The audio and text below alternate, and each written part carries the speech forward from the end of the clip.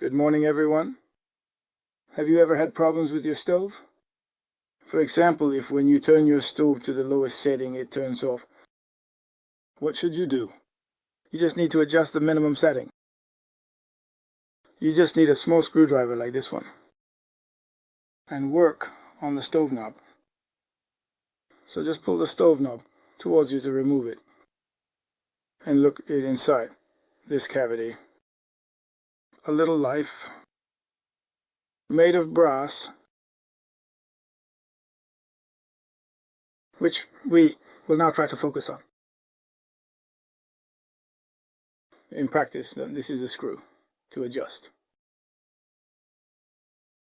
So if it turns off, just unscrew it slightly to increase the gas flow. Then just try again and see if lowering it results in it being too high.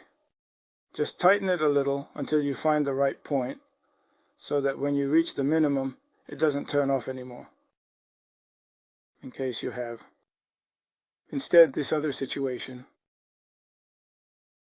where you find the axis of the tap with a central hole, just insert our small screwdriver into the axis and unscrew it up and then, as we mentioned before, to slightly increase the gas flow.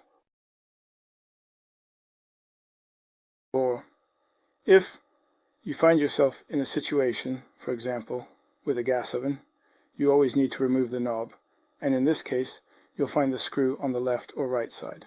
Depending on the oven, by inserting our small screwdriver inside, you will find the screw to adjust appropriately, properly.